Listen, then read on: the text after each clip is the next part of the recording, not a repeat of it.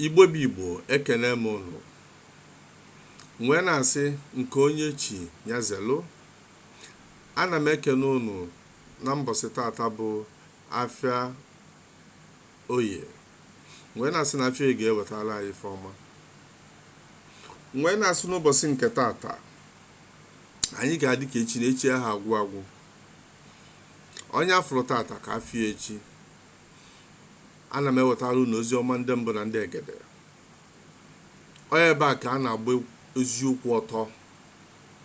Ebe a ka a na-ekwu okwu n'ogu na ọfọ. Ebe a ka eyi ejide asị ekele agbụ tọpee ya ọnọluteja. Wee na-asụ n'ụbọchị nke tata ka unu bịa nso. Isiokwu anyị n'ụbọchị nke tata abụrụ ife ọzọ bụ ife a na-akpọ cross. Cross a nwo n'onu, ihe a na-akpọ ya bụ obe. Ị na-anya ọfụma ịfụ na ọ bụ ihe yi n'onu abụrụ crucifix. Crucifix bụ nke nwe Jesus Christ, mana nke a nwere ife dị na ya, ka plain cross.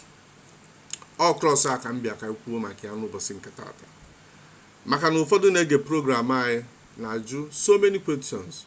Kedu ka m si eme ihe ọdịnala Igbo n'ilu ife ndị ọcha n'onu wee na-akọwanye bụ ife a ka anyị bịa n'ụbọchị nke tata ka anyị kọwalụ ndị be anyị, ka anyị mara ife dị ife a, mara uru ọ baa na ndụ anyị, mara ife eji eme. Thank you. Ị na-anya ọfụma, cross anụnwa nwee ụzọ ịnọ.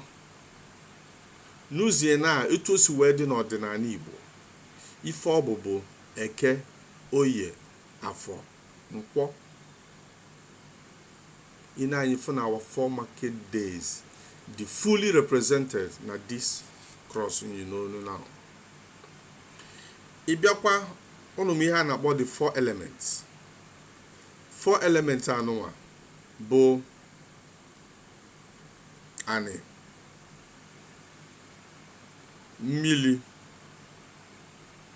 ikuku, ọkụ. The 4 elements, the fully represented also n'ime cross anyị. Abịazịa na ife eji echeki ebe onye nọ n'ụwa, anyị nwe nke a na-akpọ East, West, North and South. Fancha niile dị fully represented here. Ịbịa n'etiti cross a, ebe a ka a na-akpọ ezi aba anọ. Ebe a ya bụ emesịa ife n'ọdịnala, asị gị jee n'ezi aba anọ ka ije kwubie okwu. Ebe a ya bụ emesịa alụ gị ife n'ọdịnala, nye gị were akwa jụchasị onwe gị, asị gị jee n'ebe ezi aba anọ ka ị kụwaa ya. Ebe a ya bụ iwere ọjị wee kwusie okwu, kwubie okwu n'isi ezinụlọ gị, asị gị jee n'ebe ezi aba anọ ka ị tọrapịa. Ị na-anya fụ na the universe dị fully represented na cross a nyi n'onu. Cross a nyi n'onu, ọ bụrụ na ị nweta ya jụchaa ya ọfụma, onwe ha na-akpọ njụcha ife, ịjụchasịa ya ọfụma, ọ dị pure. Iyili ya n'onu, ihe ọ bụ neutralizer. Ọ ife na-emebi ife lụrụ alụ. Iyili ya n'onu, any charm ma ọ bụ na project against you, ọgwụ ọ bụla agwụ against you, once ọ bịa in contact with you, cross a ga-neutralize. O nwere the potency to neutralize it. Nke ajụchala ajụcha o. The same cross a,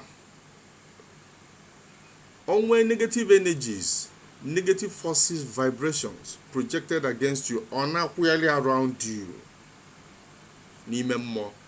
The same cross a nke ajụchala ajụcha ga-neutralize ya ọmandile. Mission o ji wee bịa na-arụ gị ama mpụta ife. Evil projection ọbụla mmadụ mee gị, nke a na-afụ anya na nke a na-anara afụ anya, provided n'iyi cross a nke ajụchala ajụcha, oge neutralizer. so achọ nke ụnụ malụ n'ụbọchị nke tata krọs a nwee ulu ọba n'ime anyị. aha m eyi na nna eyi krọs ndị ụka,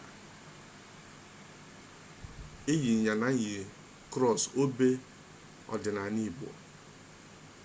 inekwu anya na ọdịnala igbo, ịkwụrụ ọtọ dịka mmadụ, isi otu adebe aka gị, all cross gị full representation of the universe. and ọ bụ na ịma onwe malife bụ malife represent, ị na-ajụcha onwe gị, na-edozi onwe ya otu isi wee kwesị, na-edebe aka gị ọtọ mgbe ọbụla ikwubi okwu iji cross a n'onu, ị ga-afụ ifie.